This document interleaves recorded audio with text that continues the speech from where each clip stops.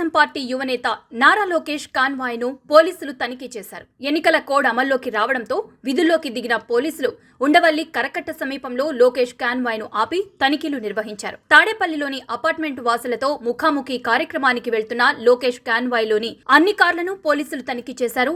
ఎన్నికల కోడ్ అమల్లోకి రావడంతోనే తనిఖీ చేస్తున్నట్లు లోకేష్ కి పోలీసులు తెలిపారు. దీంతో లోకేష్ వారికి సహకరించారు. మొత్తం అన్నింటినీ తనిఖీ చేసిన పోలీసులకు వాహనాల్లో ఎలాంటి అనుమానాస్పద వస్తువులు, ఓటర్లను ప్రలోభాలకు గురిచేసే వస్తువులు లేకపోవడంతో కాన్వాయ్ని వదిలిపెట్టారు. తాడేపల్లి అపార్ట్మెంట్ వాసులతో గత 4 రోజులుగా లోకేష్ రోజు ఉదయాన్నే బ్రేక్ఫాస్ట్ విత్ లోకేష్ కార్యక్రమాన్ని నిర్వహిస్తున్నారు.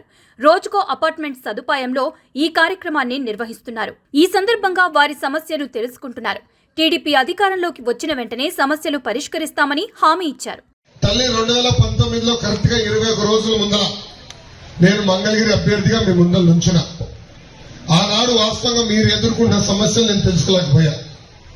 అదేవిధంగా నేనేంటో మీకు అర్థమవలేదు. ఎన్నికలు అయిపోయినాయి. 5350 ఓట్లతో నేను ఓడిపోయాను తల్లి. ఓడిపోయిన దగ్గర నుంచి నేను వదిలిపెట్టలేదు తల్లి నియోజకవర్గాన్ని. గతంలో ఎవరిని ఓడిపోతే వెళ్ళిపోయేవారు, పనిచేసేవారు కాదు. అలాంటిది నేను ఓటమి చెందినా కూడా మంగళగిరిలోనే ఉన్నా. మంగళగిరి ప్రజలకి నేను సేవ్ చేసిన